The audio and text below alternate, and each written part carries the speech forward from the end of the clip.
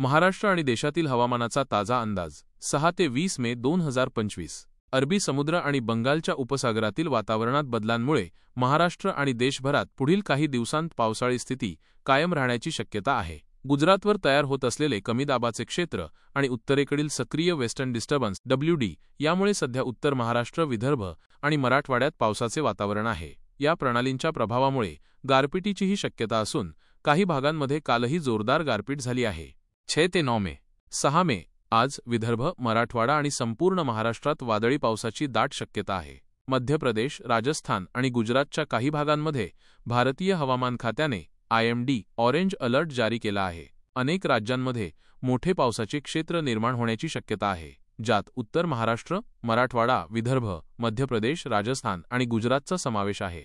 7 मे. महाराष्ट्रात पावसाळी वातावरण कायम राहील. मराठवाडा आणि मध्य महाराष्ट्रात गारपिटीची शक्यता वर्तवण्यात आली आहे. पालघर, ठाणे, कल्याण, मुंबई आणि नाशिकच्या पश्चिम भागात गुजरातवर तयार होणाऱ्या कमी दाबाच्या क्षेत्राचा परिणाम जाणवेल. 8 मे. महाराष्ट्रासाठी येलो अलर्ट जारी करण्यात आला आहे. गुजरातवर तयार होणाऱ्या कमी दाबाच्या क्षेत्राचा परिणाम महाराष्ट्राच्या काही भागांमध्ये, विशेषतः पालघर आणि मुंबईवर जाणवेल. उत्तर महाराष्ट्रातील काही जिल्ह्यांमध्येही याचा थोडा परिणाम अपेक्षित आहे. 9 मे. महाराष्ट्रात जवळपास 9 मे पर्यंत वादळी पावसासह गारपिटीचे वातावरण कायम राहण्याचा अंदाज आहे.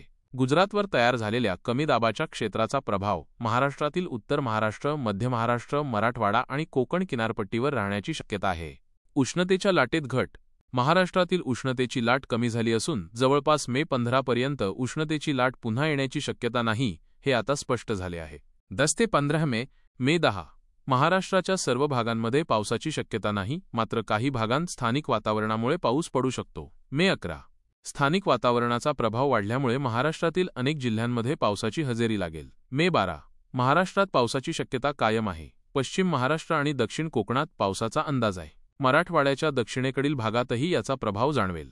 मे 13. मध्य महाराष्ट्र, पश्चिम महाराष्ट्र आणि मराठवाड्यात जोरदार पाऊस अपेक्षित आहे. उत्तर महाराष्ट्रातही काही ठिकाणी तुरळक पाऊस होईल. अंदमान आणि निकोबार बेटांदरम्यान जोरदार पावसाची परिस्थिती निर्माण होत असल्याने मान्सूनसाठी पोषक स्थिती निर्माण होत आहे. मे 14. महाराष्ट्राच्या बहुतांश जिल्ह्यांमध्ये, विशेषतः सांगली, सातारा, पुणे आणि अहमदनगर भागात जोरदार पावसाची शक्यता आहे. 14 ते 15 मे पासून पावसाचा प्रभाव थोडा कमी होईल, तरीही दक्षिणेकडील काही जिल्ह्यांमध्ये पाऊस होऊ शकतो. मे 15. रायगड, रत्नागिरी, सिंधुदुर्ग, सातारा, सांगली आणि कोल्हापूर भागात पावसाचा प्रभाव वाढणार आहे. मध्य महाराष्ट्र, संपूर्ण मराठवाडा आणि संपूर्ण पश्चिम महाराष्ट्रात मान्सूनपूर्व पावसाचा प्रभाव अधिक वाढण्याची शक्यता आहे. 16 ते मे 20 आणि मान्सूनची प्रगती.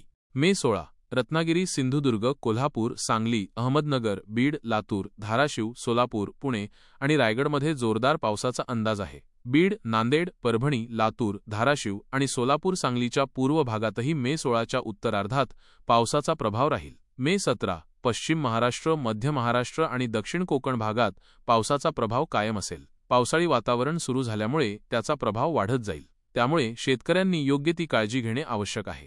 मे 18 पासून पुढे बंगालच्या उपसागरामध्ये किंवा अरबी समुद्राच्या दक्षिणेकडील घडामोडींवर लक्ष ठेवणे आवश्यक आहे, कारण या ठिकाणी कमी दाबाचे क्षेत्र तयार होण्याची शक्यता आहे. बंगालच्या उपसागरात अंदमान आणि निकोबार बेटांदरम्यान मान्सूनसाठी अत्यंत पोषक वातावरण तयार होत आहे, ज्यामुळे मान्सूनची पुढील प्रगती लवकर होण्यास मदत होईल. अरबी समुद्रातील स्थिती. अरबी समुद्राच्या दक्षिणेला मोठ्या प्रमाणात बाष्प तयार होत असल्यामुळे केरळपासून गोव्यापर्यंत मे 20च्या सुमारास मोठे पावसाचे क्षेत्र सक्रिय होण्याची शक्यता आहे. मान्सूनचा अंदाज. या सर्व बाबी लक्षात घेता मान्सूनची पुढील प्रगती वेळेवर होईल असे दिसून येत आहे. IMDच्या अंदाजानुसार सुमारे 13 मे 2025च्या सुमारास नैऋत्य मान्सून दक्षिण अंदमान समुद्र, आग्नेय बंगालचा उपसागर आणि निकोबार बेटांवर दाखल होण्याची शक्यता आहे, जे मान्सूनच्या प्रगतीचे प्राथमिक संकेत आहेत. तसेच यावर्षीचा मान्सून सामान्यपेक्षा अधिक अबव नॉर्मल राहण्याचा अंदाज आहे.